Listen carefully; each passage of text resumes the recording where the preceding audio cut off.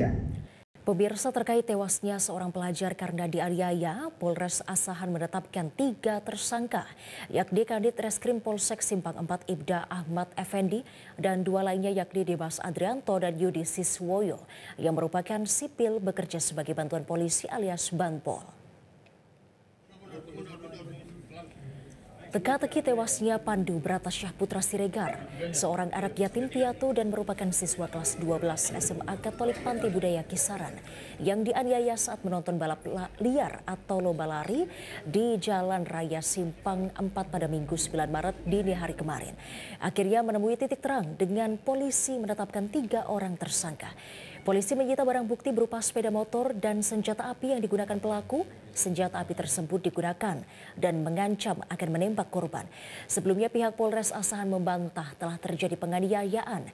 Pihak Polres memberikan klarifikasi bahwa korban yang berboncengan 4 dalam satu sepeda motor terjatuh sendiri saat dikejar oleh petugas yang membubarkan balap liar.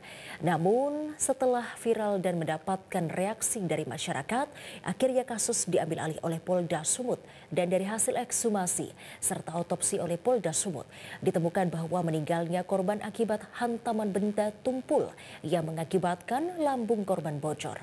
Setelah dianiaya di tempat, korban dibawa ke polsek kemudian dibawa berobat ke puskesmas. Namun setelah di polsek, pelaku panggil keluarga korban untuk dijemput dan dirawat. Kemudian keesokan harinya korban meninggal dunia.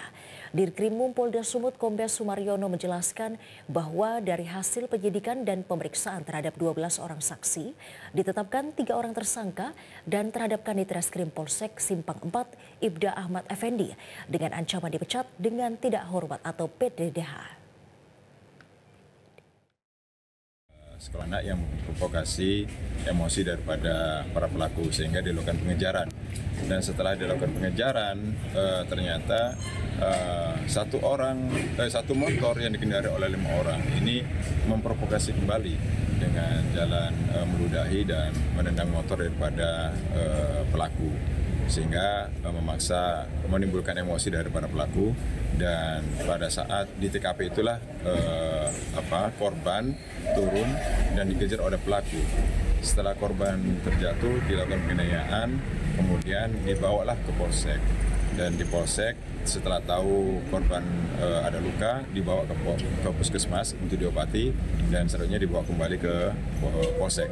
Dan selanjutnya dari itu dikembalikan ke keluarganya. Setelah dibawa ke rumah ternyata korban mengalami keluhan di wilayah perut. Dan setelah dibawa ke rumah sakit, keesokan harinya korban meninggal dunia. Atas dasar itu keluarga membuat laporan polisi dan kami melakukan. Jelajahi cara baru mendapatkan informasi. Download Metro TV Extend sekarang.